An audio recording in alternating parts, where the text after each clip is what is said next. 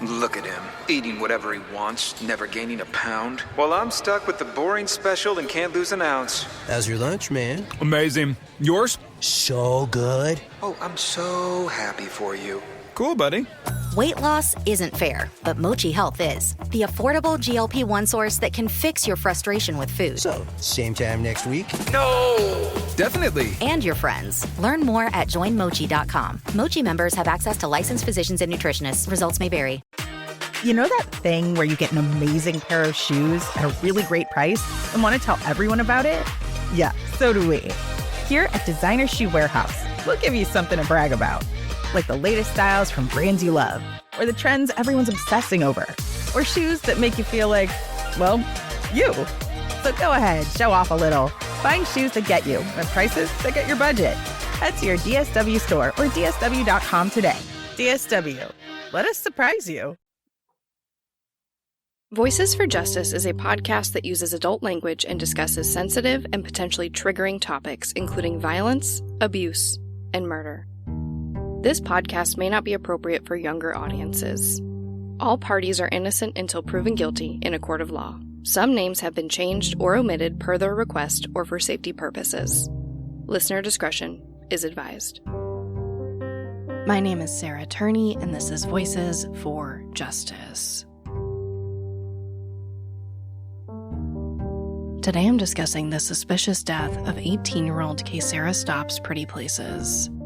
I think most of us have had plenty of nights out with our friends in our teenage years.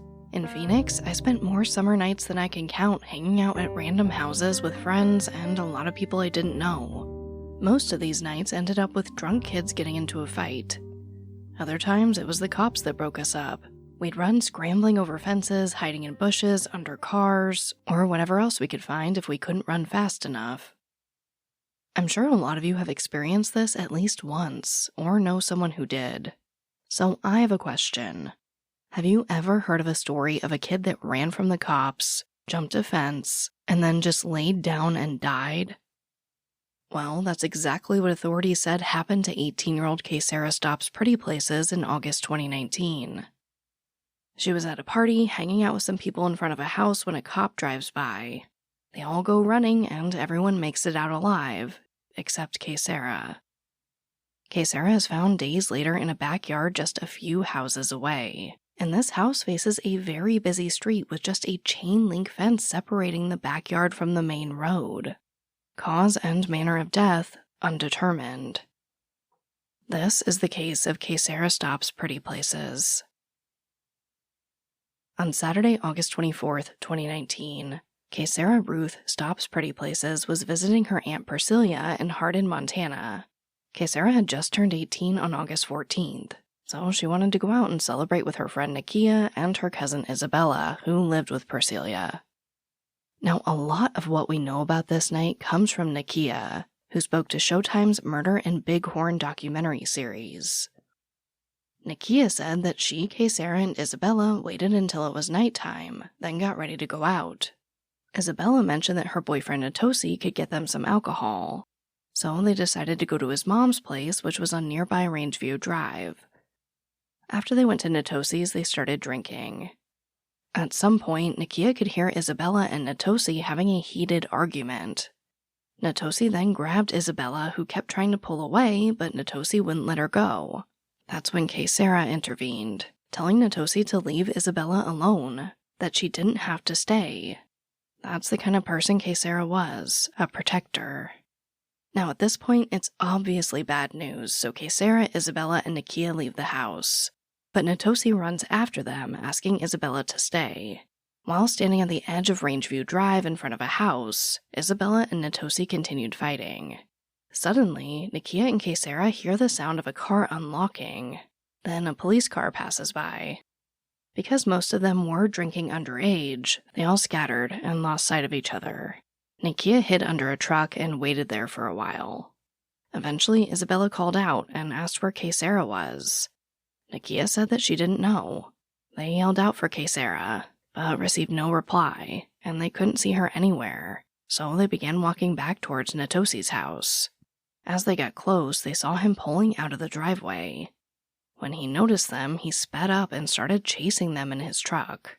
They tried to lose him by running between houses and down alleyways, but he kept following them.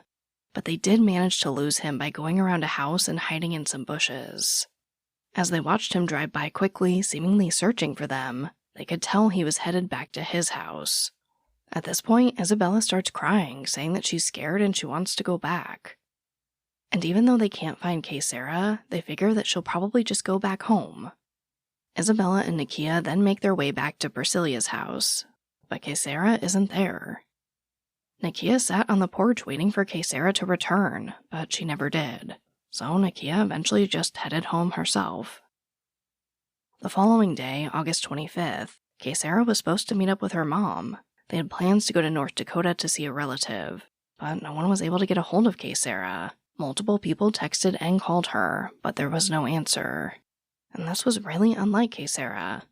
Even though she was just 18, she always kept in close contact with her whole family, especially so she could keep an eye on her younger siblings. See, from the moment Kaysera was born, she was raised by a big group of family made up of her parents, aunts and uncles, grandparents, and even great-grandparents. While putting this episode together, I spoke with Kaysera's aunt, Dr. Grace Bulltail, who told me that everyone in the family was very close to Kaysera. They really felt like she belonged to them all. And when Kaysera's two younger siblings came along, the family felt the same way about them. Grace told me that from the very start, Kaysera was really protective over her siblings. She was also very loving. She really had a sense of being drawn to people that were compassionate and were understanding.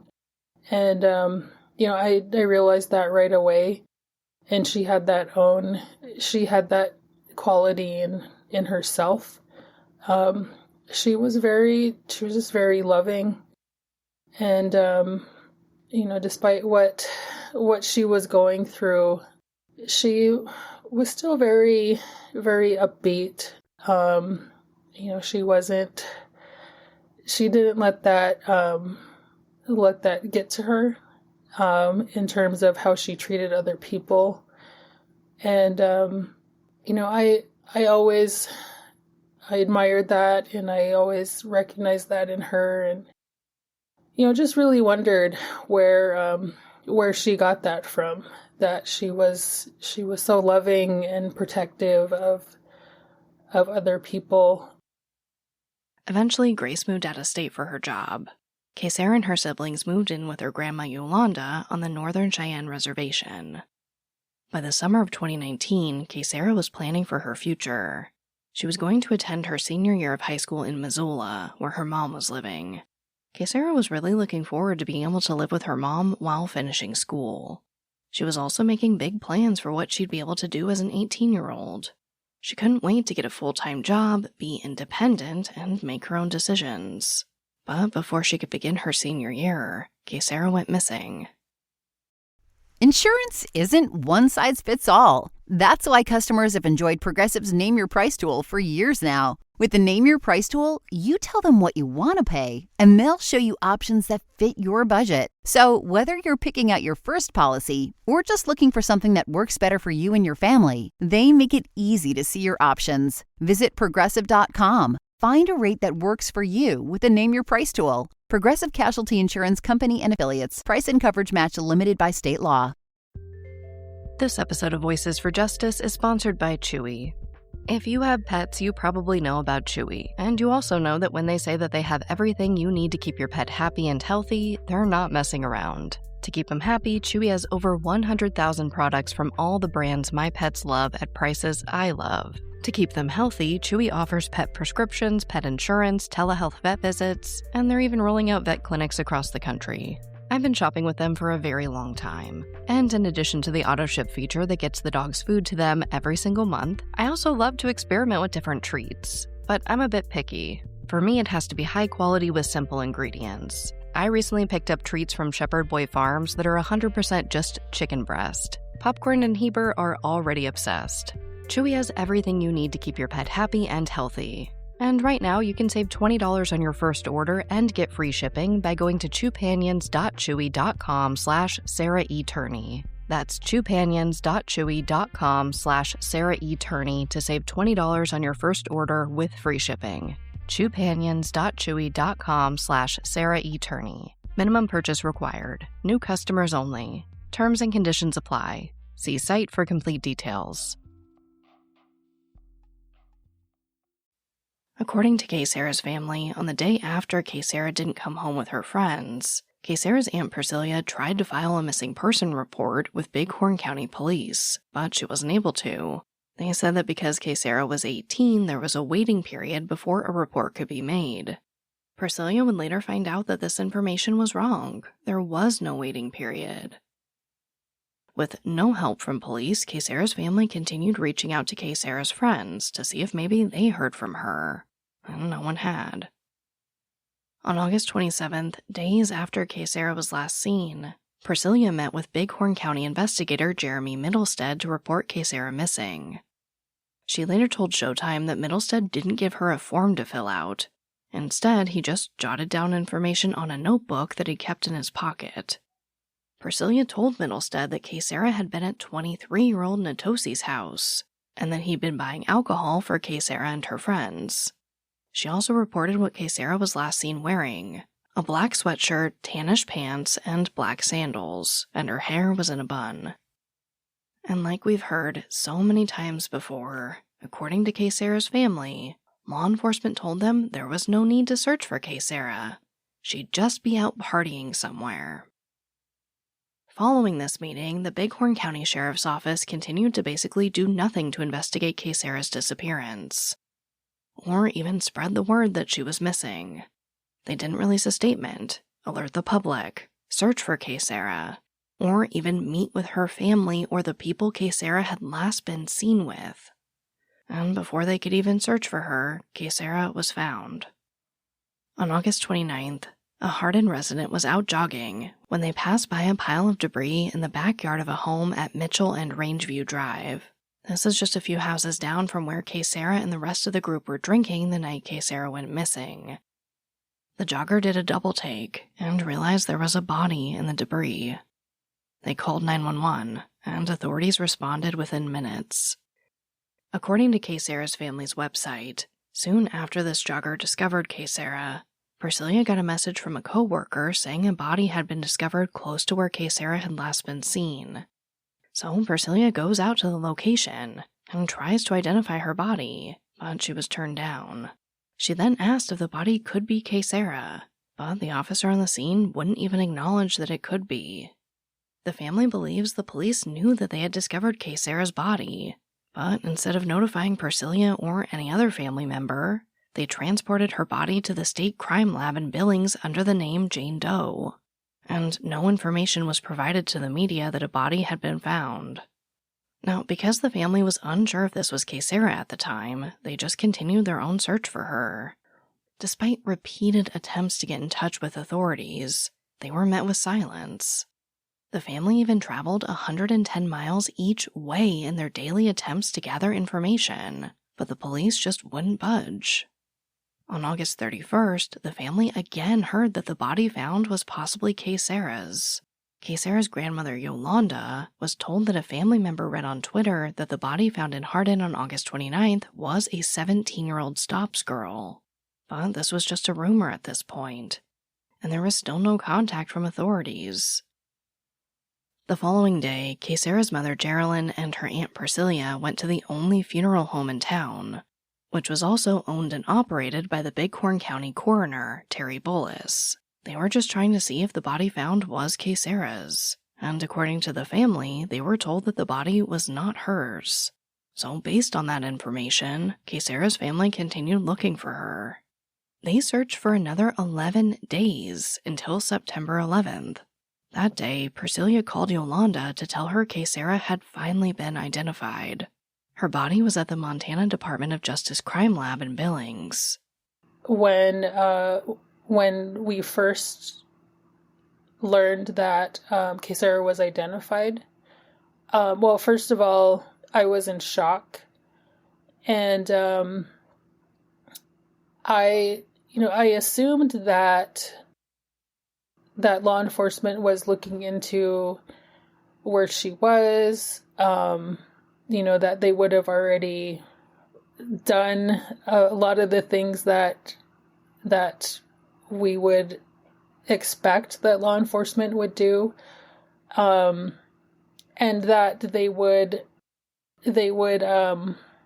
have at least interviewed members of my immediate family immediately or prior to letting us know. But that wasn't the case at all.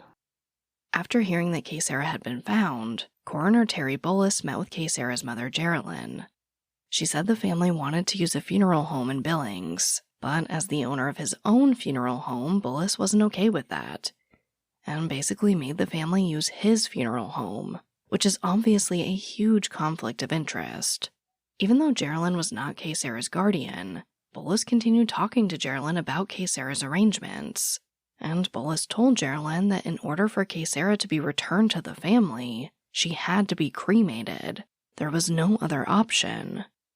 But Kaysera's family was not comfortable with cremation because it goes against their cultural beliefs. See, Kaysera was a member of the Crow Nation. Showtime reported that Crow people do not believe in cremation because if they are cremated, they won't be able to move on to the next life. So this is a huge deal. But in the end, Geraldine agreed to cremate Kaysera because she thought it was the only way to get her back. Bullis never contacted Yolanda, Kaysera's guardian, about the decision. And as I'll get into, the family would later find out that Terry Bullis had been reprimanded by the state board for violations involving other Indigenous women in Bighorn County. And it really only gets worse. The next day, Grace and the rest of the family meet with Bullis, and he tells them that Kaysera was found in a yard, but he doesn't know exactly where. He also told the family that Kaysera's autopsy and toxicology hadn't come back yet. But when they did, they would show her cause of death as being exposure to drugs or alcohol. Yes, please listen to this.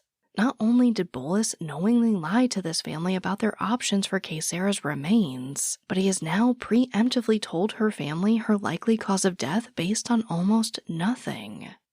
And this was something that Bullis apparently did quite often. According to the Showtime docuseries, more often than not, when he was given the sacred responsibility of dealing with someone's remains and they were Indigenous, he just said drugs and alcohol, case closed. Bullis also said that her date of death was August 26th, not the 24th.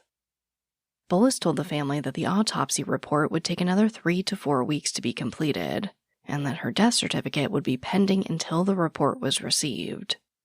He also told the family that as far as he was concerned, there would be no investigation into Kaysera's death. He was convinced that there was no foul play involved. Grace told me about her reaction to this meeting.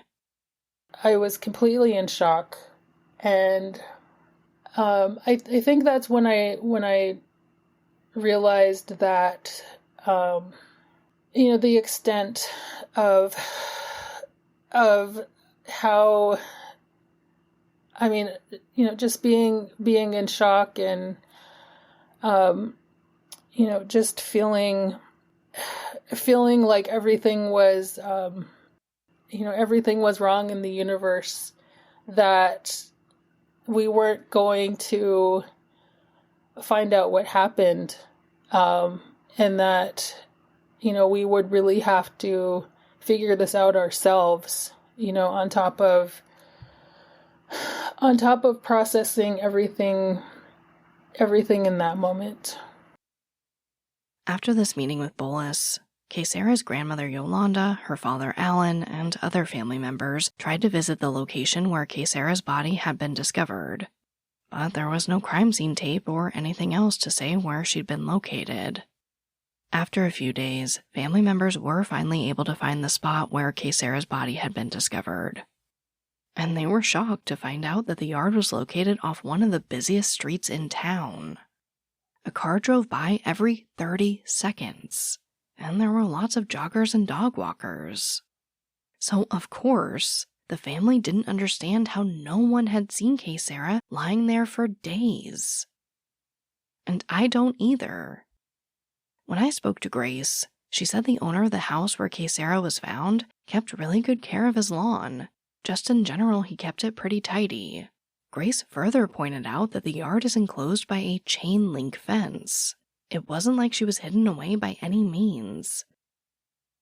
While looking over the area, the family spoke to the owner of the house, who gave them permission to carry out a traditional ceremony to honor Kaysera's life. The family also spoke with the man who found Kaysera's body. He said he watched the police remove Kaysera's phone from her pocket, and he told them to charge it so they could find her family. He also questioned the officer as to why the scene wasn't secured. After learning all this new information, Kaysera's family kept trying to get in contact with the police department to see where things were at in the investigation, to ask if they could be interviewed, to ask what was going on. But they were basically just ignored.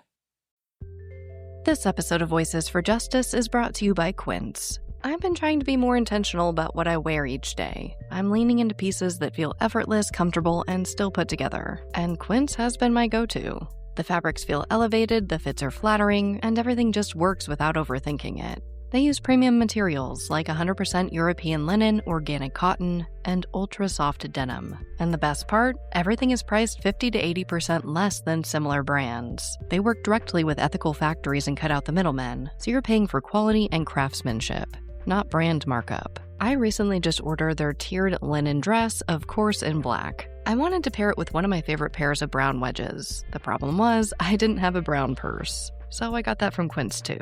It's one of my favorite outfits. It's easy, effortless, and feels amazing, especially as we're getting a little bit warmer here in Phoenix.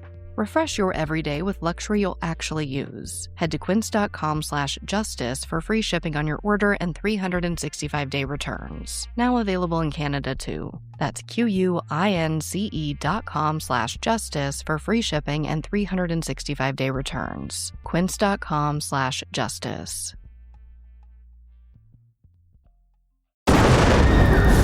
What they did to your family, you're lucky to make it out alive. Streaming on Peacock. These men are going to come after me. Taking them out is my only chance. Put a bullet in her head. From the co-creator of Ozark. Looks like a family was running drugs. Execution-style killing, it's rare for the Keys. And it leads on who they might have been running for. The cartel killed my family. I'm gonna kill them. All of them. MIA.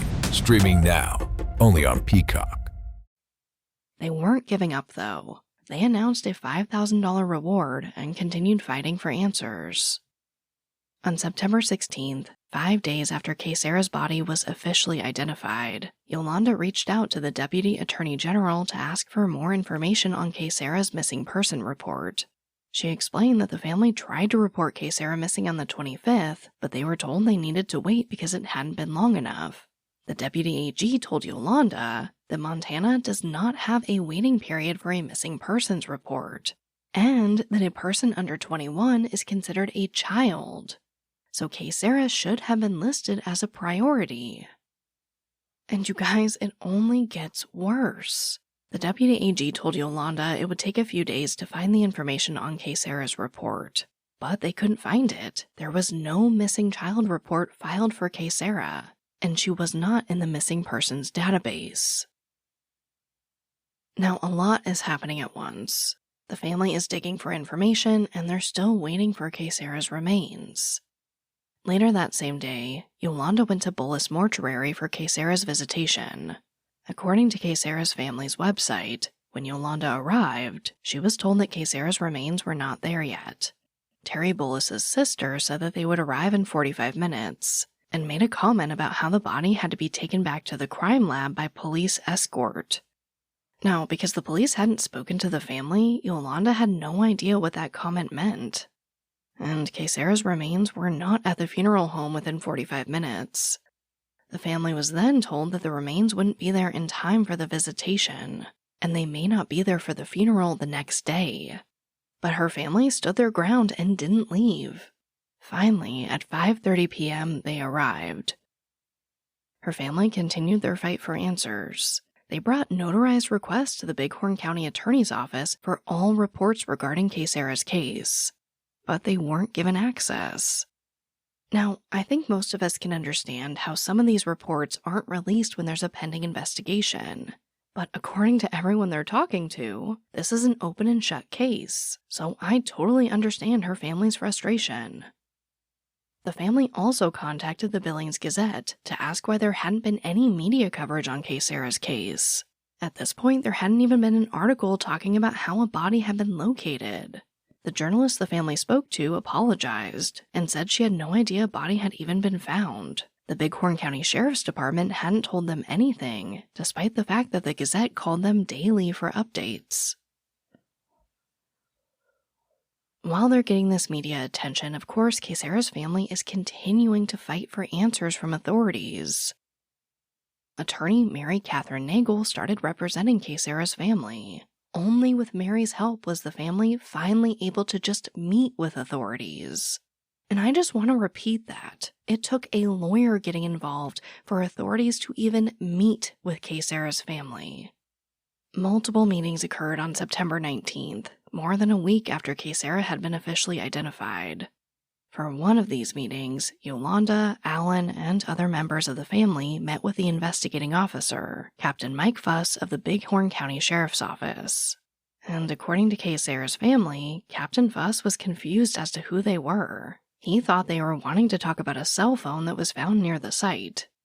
Yolanda and the other family members asked Fuss multiple questions, like why he never contacted or met with the family, or returned their numerous calls. Fuss said that he'd been busy with other cases. He also said that he'd taken over for the first investigator, Jeremy Middlestead, because he couldn't handle it. When asked why the site wasn't secured or taped off, Fuss said that if the investigating officer gets to a crime scene first, they don't have to secure it. The only time they have to secure a scene is when police show up before the investigator. The family also asked Fuss why they hadn't used Kaysera's phone to help identify her, and he explained that the battery had run out, so they couldn't have used the phone to identify Kaysera. But the family pushes back, saying that they could have easily recharged her phone and checked her recent messages or calls. Fuss responded saying that they just couldn't access that phone, claiming that even the FBI couldn't bypass its security. To help move things along, focusing on actionable items, Yolanda and Alan completed a form that gave them permission to access Kaysera's cell phone and social media accounts. They also spoke about their issues with Terry Bullis, and Fuss told them that Bullis had, quote, snatched Kaysera's body from the crime lab, end quote, and he had to get it and take it back. Now, this explained that comment that Bullis' sister made to them on the day of the visitation, when she said that Kaysera's body had to be taken back to the crime lab by police escort. However, it did not explain why Bullis had taken Kaysera's body from the crime lab in the first place. And I don't mean to harp, but it only gets worse. That same day, Grace and her sister Cedar met with Bighorn County Attorney Jay Harris. They spoke about their concerns with the investigation, how no one in the family had been interviewed, or even asked for basic information such as Kaysera's phone number or service provider. Harris explained that because of some reorganization and overall chaos in the sheriff's office, it was unclear who was in charge of the investigation.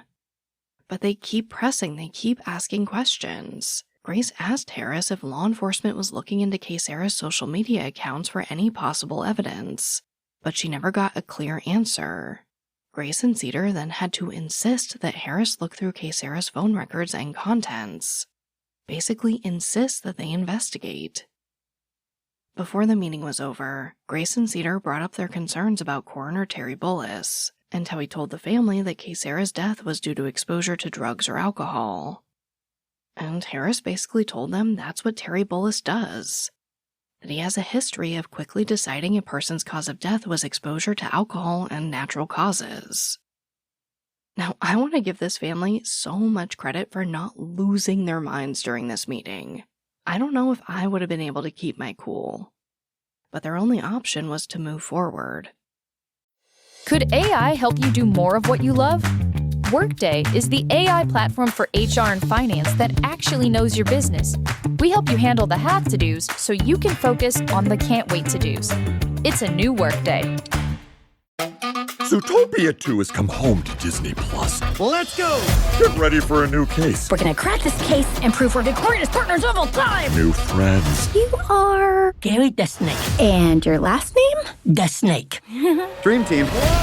New habitats. Zootopia has a secret reptile population. You can watch the record-breaking phenomenon at home. You're clearly working at Zootopia 2, now available on Disney Plus, rated PG. Days later, on September 23rd, Kaysera's family held a vigil and a march to bring awareness to Kaysera's case, as well as other missing and murdered Indigenous women. They started where Kaysera was found, then they went to the Bighorn County Courthouse, where multiple participants made speeches. The Billings Gazette reported that no one came out of the courthouse during the rally, but people could be seen watching from the windows. One of the speakers, Crow Agency representative Sharon Stewart Paraguay, said, quote, "This has to stop. This has been going on in this county for 20-plus years. Now it's spread across Montana. It's across the nation. It's across Canada. It's an epidemic. But we should say it's a pandemic. It's about public safety. It's about people being safe in their own homeland. It's time that we became united. It is only then, when we are strong, that we cannot be broken. Enough is enough. Justice for our relations." During the rally, many people spoke up against Bighorn County Attorney Jay Harris and County Coroner Terry Bullis.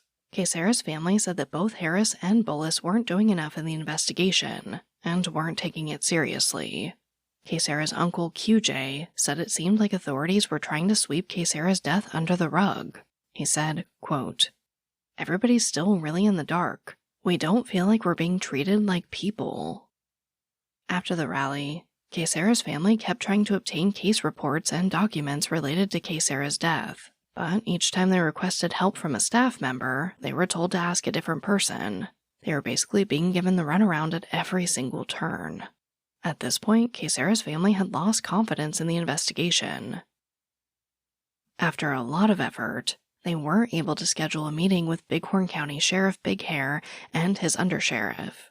During this meeting, Kaysera's family said that after they spoke with investigator Mike Fuss, they were left feeling like they were not being taken seriously, and Kaysera's death was not being properly investigated. And the sheriff confirmed. He said that the family should have been told right then on August 29th that there was a possibility the body could have been Kaysera's. They then asked about why Kaysera's body was moved from the crime lab to the funeral home and back, but they didn't have an answer for this. They just said that Bullis had removed her body. And like a lot of families, they wanted to know why the FBI wasn't called in. And Sheriff Big Hair said that they could be brought in if the family wanted them to take the case. So of course the family says yes, they would contact the FBI and ask for their help. Now, before the meeting was over, the sheriff said he signed the family up with a victim's advocate who would update them about the case going forward. And for days following this meeting, they tried to call that victim advocate, but they got no reply. They also contacted the FBI as they suggested, but according to the family website, the FBI said they needed more proof that Kaysera's murder took place on the reservation before they could start an investigation. And Kaysera's family's frustrated. From their perspective, there wasn't any proof indicating that the murder didn't happen on the reservation. Later, the FBI officially said that they would not investigate Kaysera's death because she was not found on the reservation. And again, this is really frustrating, because Kaysera was found right next to the border of the Crow Reservation, only 300 yards away. At this point, Kaysera's family isn't demanding that anyone be arrested, or saying that anyone is at fault. They're just begging for an investigation. Finally, on October 1st, County Attorney Jay Harris announced that they would be forming the Bighorn County Missing Murdered Persons Task Force, which would, quote, take direct supervision over all investigations in Bighorn County which relate to suspicious deaths. Harris did credit the family, saying that the rally they held a few weeks prior was what led to creating this task force. After Harris made this announcement, the Billings Gazette asked if Kaysera's case was being treated as a homicide or another category of death. He replied that her case was being treated as a suspicious death, adding, quote, "I don't know how else you can characterize it. Young ladies don't just show up dead in strangers' yards." Which, thank you. Following the announcement, Kaysera's case was overseen by the task force, although the sheriff's department were the main investigators. Kaysera's family continued to try to gain access to reports and documents, but nothing. In the middle of November, Kaysera's family had a meeting with the county attorney, but Harris appeared to be defensive the whole meeting. When Yolanda asked why no official had interviewed her or Kaysera's father about Kaysera's health or anything else, Harris apparently crossed his arms and told Yolanda that he felt uncomfortable. He wasn't sure if he could continue the meeting with the family or what he could tell them. Yolanda handed Harris a press release that pointed out his responsibility over all unexplained deaths and murders, which is why she wanted to meet with him in the first place, since the sheriff and investigating officers didn't have any answers. But apparently Harris took offense when Yolanda referred to Kaysera's cause of death as murder. Yolanda also asked more about the reorganization and overall chaos in the sheriff's office, and why it had been so unclear who was in charge of the investigation. Harris explained that in the week after Kaysera's body was found, Investigator Middlestead recused himself from the case. Due to personnel issues, there wasn't another officer to assign to Kaysera's case, so the investigation came to a complete stop. According to the family's website, hearing that there had been no investigation confirmed Yolanda's worst fears. Before the meeting was over, Yolanda asked Harris why the family hadn't received any reports that they requested, and he didn't say that this was an ongoing investigation and they couldn't get the records. He said that they needed to fill out a specific form. Yolanda said that no one told her that before, so Yolanda fills out the form, and the family was still not given access to any documents or reports.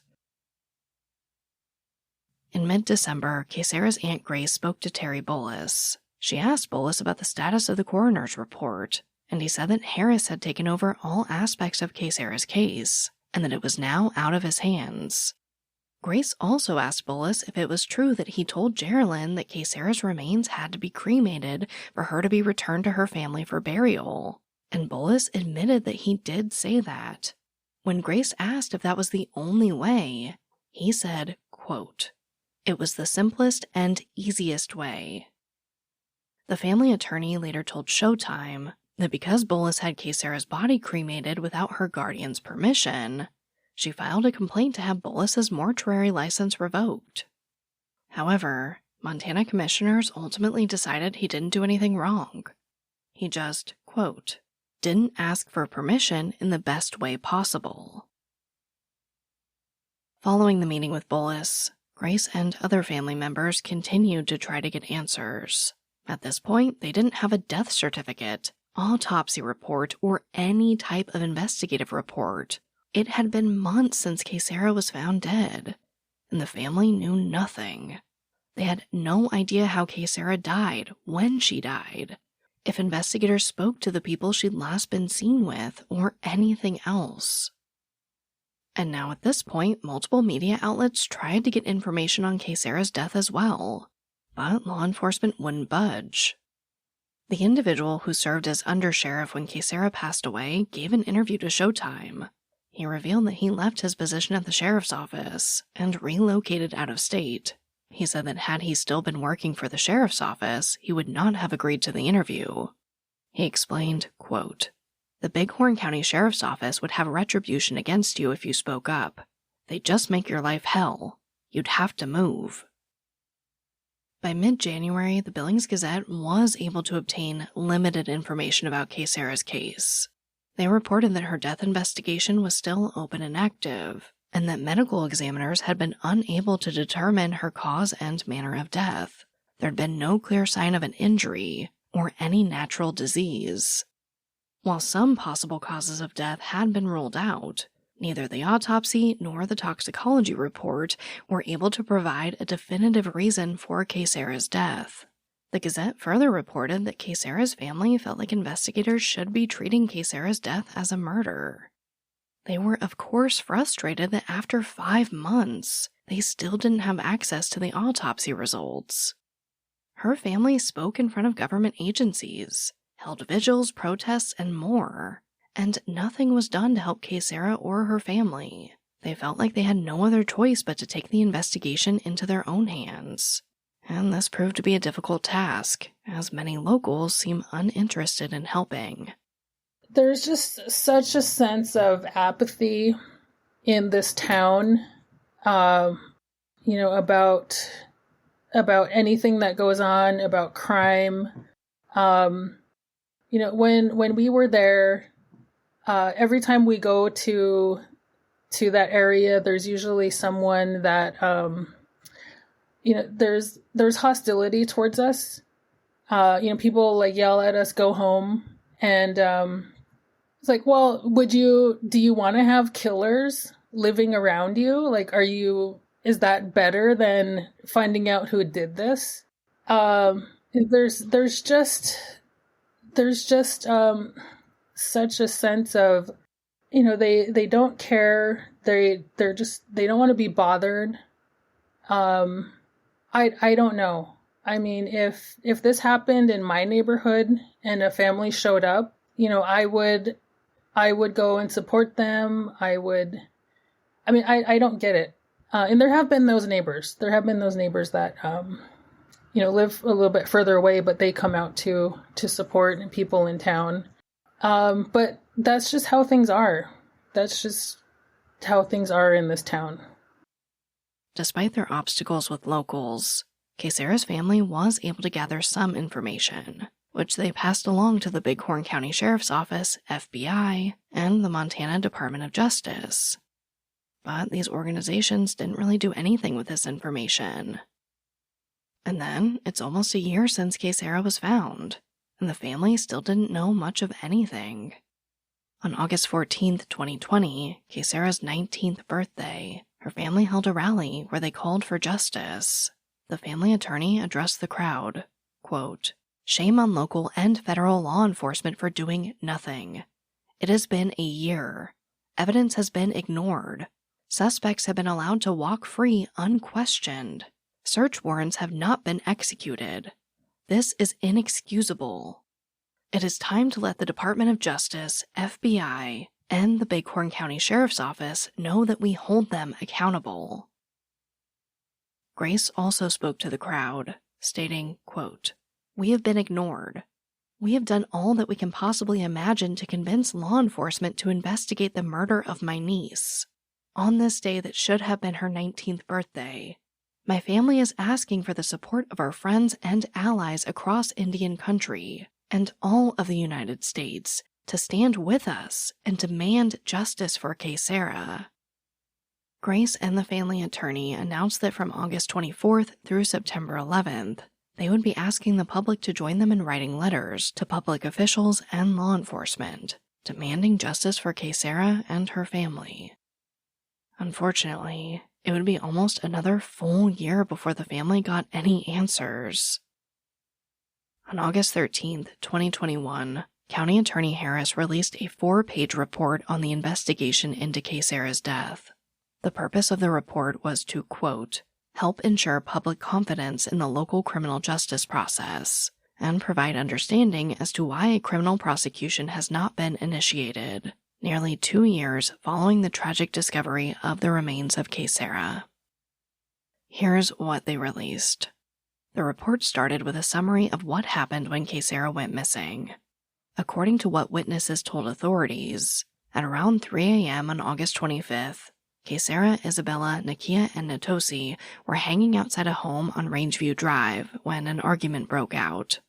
The owner of the home then remotely activated the lights and horn on his vehicle, which was parked in the driveway. This was in hopes of breaking up the fight. They all took off as a result. Kaysera fled into the backyard of a residence where she was eventually discovered, while Natosi fled in a westward direction, and Isabella and Nakia fled in an eastward direction. The report then stated that there is no available evidence to firmly establish whether any person had communication or contact with Kaysera after she went into the backyard. Investigators weren't sure what happened between then and August 29th, when Kaysera's body was discovered. There was no evidence of Kaysera being entered into the national system as a missing person. The report said that at 6:43 p.m. on August 29th, Kaysera was found in a face-down position in the northeast corner of the fenced backyard. After authorities arrived, her pockets were checked, and only 2 items were found: a lighter and her cell phone. Once the coroner arrived, Kaysera's body was placed in a plastic bag and transported to the crime lab in Billings, where an autopsy would take place. Investigators collected fly larvae at the scene. A forensic pathologist later concluded that the larvae, quote, appear compatible with death near the time she was last known alive and the local weather data. According to the report, Priscilla told detectives that she had learned that the body of a female was recently found in Hardin, and because of that, she wanted to report her niece Kaysera as a missing person. Priscilla said she believed Kaysera had been hanging out on Rangeview Drive because that's where her buyer was located. When asked what was meant by the term buyer, Priscilla said that she meant the person that buys Kaysera alcoholic beverages. The report then discussed a small portion of Kaysera's autopsy report, which revealed that the medical examiner was unable to exclude asphyxia as a cause of death, and that at the time of her discovery, Kaysera had a 0.149 blood ethanol concentration, which is almost double the legal driving limit. The report then clarified the reason for the delay in confirming Kaysera's identity after her body was found. Once the autopsy was completed, her body was moved to Coroner Bolas's funeral home. At this stage, they hadn't officially identified Kaysera yet. They were waiting for dental records, which they requested on September 3rd. 6 days later, on September 9th, Kaysera's body was sent back to the state crime lab, where the dental records were used to finally confirm her identity. The report went on to detail what authorities did to investigate Kaysera's case after her body was found. It was revealed that until Kaysera's family met with the sheriff's office on September 19th, they had made, quote, no significant investigative efforts to look into Kaysera's death. This led County Attorney Harris to starting the task force, which then took over the investigation. According to the report, substantial investigative efforts by the sheriff's office began during the first week in October. They conducted interviews of witnesses and submitted DNA samples collected from Kaysera's fingernails and other key body locations. And no foreign DNA was present. In October and November, the sheriff's office issued a social media account search warrant, along with additional subpoenas for Kaysera's medical and school records. These records revealed that in April 2019, Kaysera was found unresponsive at the high school. She was taken to the emergency room and treated for, quote, a high level of alcohol intoxication. Authorities later hired a forensic pathologist who concluded that the level of alcohol in Kaysera's body during the autopsy was comparable to the amount of alcohol found in her body during the April 2019 incident. The report continued discussing the investigative efforts Bighorn County authorities took. In late January 2020, the county attorney did formally request investigative assistance from the Montana Department of Justice Division of Criminal Investigation, but the DOJ said no, citing a large caseload. Later in 2020, the sheriff's office referred the investigation to a cold case unit of 4 special commissioned Missoula County sheriff's deputies who are retired federal special agents. But this was only a review of evidence, and no additional investigative efforts were conducted due to COVID-19. Then, in early 2021, the Department of the Interior announced the creation of a missing and murdered unit within the Bureau of Indian Affairs. The new unit was supposed to put the full weight of the federal government into investigating cases involving missing and murdered Indigenous people. In July 2021, the MMU reached out to Bighorn County to offer help in investigating Kaysera's death. According to the report, the county attorney's office accepted the offer, but according to Kaysera's family, they never did work together. Unfortunately, that's all the information that was revealed in the report. Even after the investigation was completed, authorities still didn't allow Kaysera's family to view any documents. Mom, can you tell me a story? Sure. Once upon a time, a mom needed a new car. Was she brave? She was tired, mostly. But she went to Carvana.com and found a great car at a great price. No secret treasure map required. Did she have to fight a dragon? Nope, she bought it 100% online. From her bed, actually. Was it scary? Honey, it was as unscary as car buying could be. Did the car have a sunroof? It did, actually. Okay, good story. Car buying you'll want to tell stories about. Buy your car today on Carvana. Delivery fees may apply. So why was Kaysera's case treated this way? And honestly, why is it still being treated this way? Well, of course, one theory is just straight racism.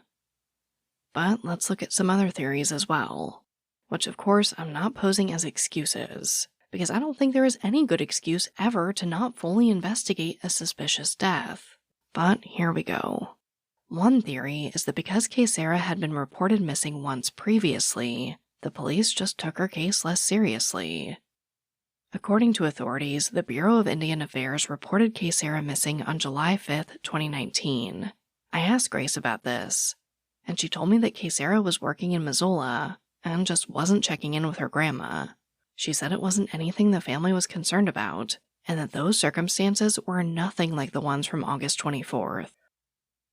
Another possible theory on why authorities didn't investigate was because of an incident that happened days before her disappearance. Showtime reported that while attending the Crow Fair in Hardin, Kaysera's 15-year-old brother, who was in a wheelchair, had been beaten and forcibly restrained by Bighorn County deputies. Kaysera recorded this on her phone and posted it to social media. This has left many people wondering if this incident and Kaysera's sharing of it influenced the police's involvement in Kaysera's case. Because that footage did something. That footage launched an investigation, and officers were reprimanded. Not only that, the family said that they have reason to believe a Bighorn County deputy that was under investigation was a responding officer to the scene when Kaysera's body was found. In the Showtime docuseries, many people spoke out about the disrespect law enforcement officers display towards Indigenous people.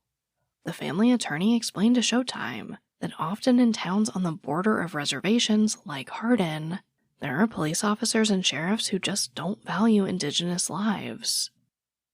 And it's absolutely worth noting that Montana has one of the highest rates of missing and murdered Indigenous women in the U.S.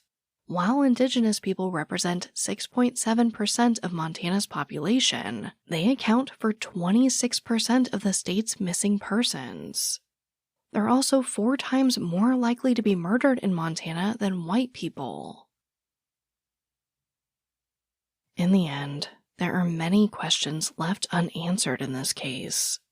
For instance, some news stories have reported that Kaysera's body was discovered wrapped in plastic, but the family isn't sure if this is true, which is obviously a huge question left unanswered. Something like that changes everything. The family is also unsure if the police have actually checked Kaysera's phone. While the county attorney's report mentioned that warrants were obtained to go through her phone, it didn't say whether the phone was actually searched. The family is equally uncertain if police have interviewed residents of the neighborhood where Kaysera was last seen and eventually found. The family is aware that statements were taken from the last 3 individuals seen with Kaysera, but they have no clue if further investigations were conducted, including any investigation into Natosi, who was reportedly trying to run down every other member of the group with his truck that night. When I spoke to Grace, she told me that no one has ever really given an explanation to the family for why they haven't been given access to any documents or information. Today, the family has little communication with law enforcement or the county attorney. Neither agency reaches out to the family to offer updates, ask questions, or anything else. As far as the family knows, authorities aren't investigating Kaysera's death. The Bureau of Indian Affairs Missing and Murdered Unit has investigators looking into Kaysera's case, but the family doesn't know if they can do a review of what Bighorn police have done, because again, no one is communicating with them. Earlier this year, a new sheriff and county attorney were elected. The family is hopeful that they will release information to them, and that they'll bring in other investigative teams and resources for Kaysera's case. The family attorney told Showtime, quote, "Knowing what we know about this sheriff's office and this criminal justice system in Montana, I think law enforcement will leave it where it is, unless we build up enough public pressure and momentum that requires them to do their job." Which brings me right to our call to action.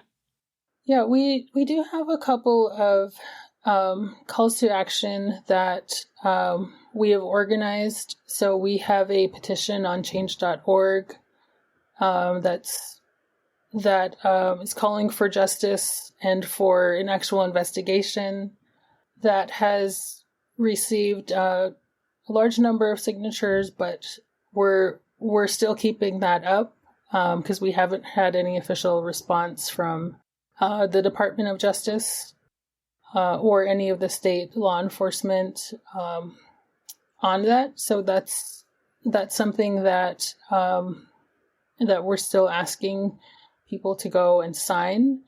We have a Justice for Kaysera Facebook page as well as webpage, Justice for Kaysera, and every August we hold a series of calls to action events around the time that she went missing. We have a protest in Bighorn County, as well as a couple of webinars just with an update about her case. So those can all be found on our Facebook page. And her grandmother has been holding an annual Justice for Kaysera Memorial Run, which happens on the Crow Reservation, and it's also a virtual run. So you're able to participate in that as well.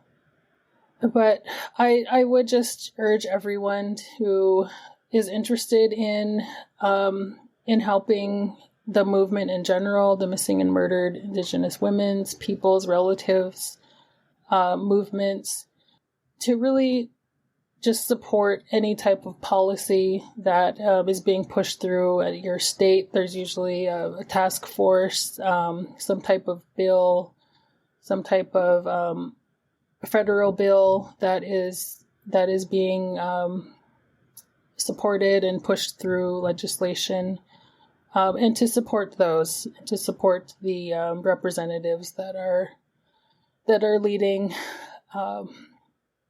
those bills. I mean, because it really is going to take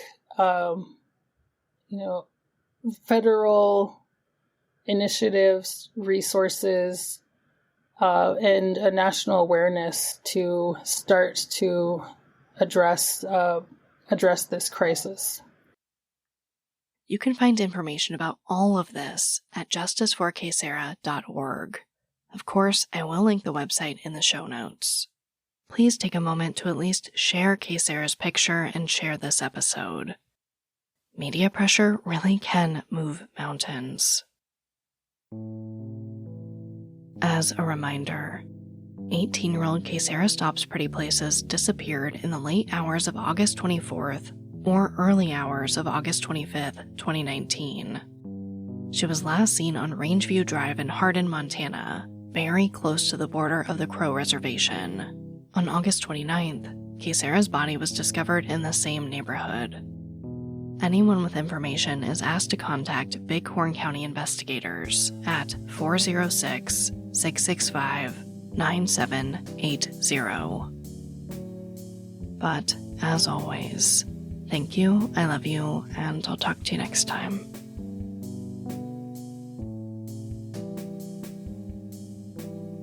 Voices for Justice is hosted and produced by me, Sarah Turney, and is a Voices for Justice media original. This episode contains writing and research by Haley Gray. If you love what we do here, please don't forget to follow, rate, and review the show in your podcast player. It's an easy and free way to help us and help more people find these cases in need of justice.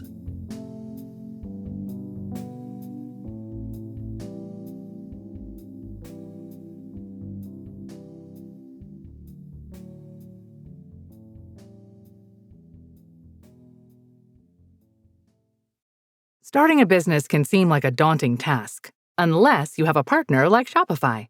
They have the tools you need to start and grow your business. From designing a website to marketing to selling and beyond, Shopify can help with everything you need.